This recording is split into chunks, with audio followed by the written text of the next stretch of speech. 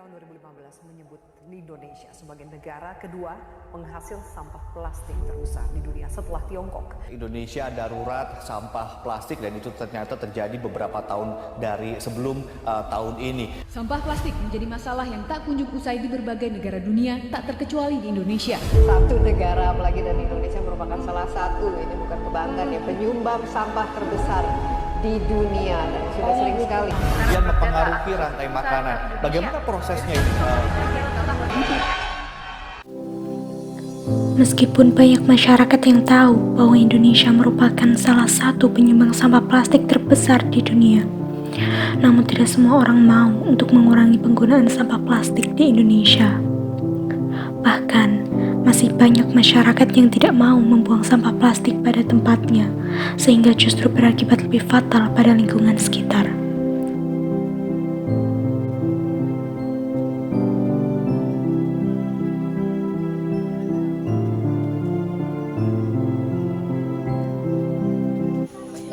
Yus, bentar.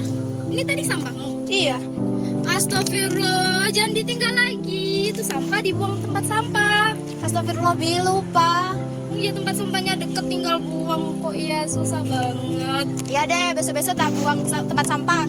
Ya, tapi kamu tahu nggak cara yang lebih efektif buat mengolah sampah plastik itu gimana? Belum tahu.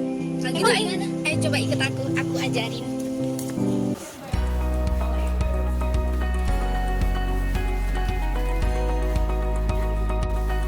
Perbedaan perilaku seseorang terhadap sampah dan lingkungan itu ternyata terjadi karena adanya perbedaan value atau nilai yang dimiliki oleh seseorang. Nah, ada sebuah teori bernama The Value Belief Norm Theory of Environmentalism atau VBN, di mana pada teori ini kesadaran akan masalah lingkungan bergantung pada values dan ecological worldviews yang dimiliki oleh seseorang. Nah, value sendiri itu macamnya ada 3, yaitu biospheric, altruistic, dan egoistic. Nah, individu akan memiliki nilai positif terhadap lingkungan jika ia memiliki nilai biospheric dan altruistic yang lebih dominan dibandingkan nilai egoistiknya. Nah, pada reka adegan sebelumnya itu bisa dilihat bahwa sosok Lila itu dominan terhadap nilai biospheric dan altruistic, di mana ia itu memungut dan membuang sampah pada tempatnya, bahkan menegur Yus yang meninggalkan sampahnya secara sembarangan. Sementara itu, ecological worldviews dalam hal ini itu berkaitan dengan kepercayaan individu terhadap hubungan lingkungan dengan manusia. Nah, selain teori VBN tadi, ada juga sebuah teori bernama Theory of Learned Behavior, di mana menurut Atzen, perilaku pro-environmental behavior itu muncul karena adanya suatu intensi yang dimiliki oleh individu.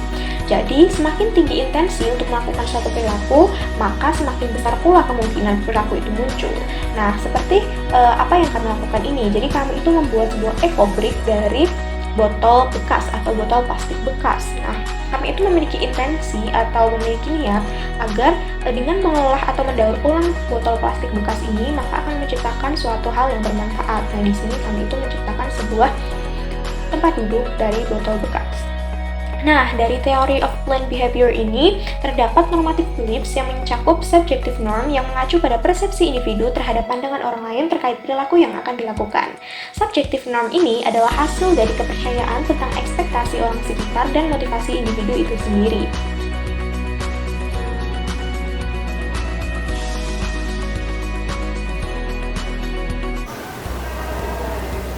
Oke, ini adalah hasil dari kelompok kami, yaitu EcoBricks, yang dimana kita menggunakan bahan-bahan bekas yang sudah kita kumpulkan dari beberapa tempat yang terdiri dari bahan botol plastik, kertas, dan juga beberapa kantong plastik yang sudah terpakai. Kemudian, Ya, dan ini bisa digunakan sebagai tempat duduk loh.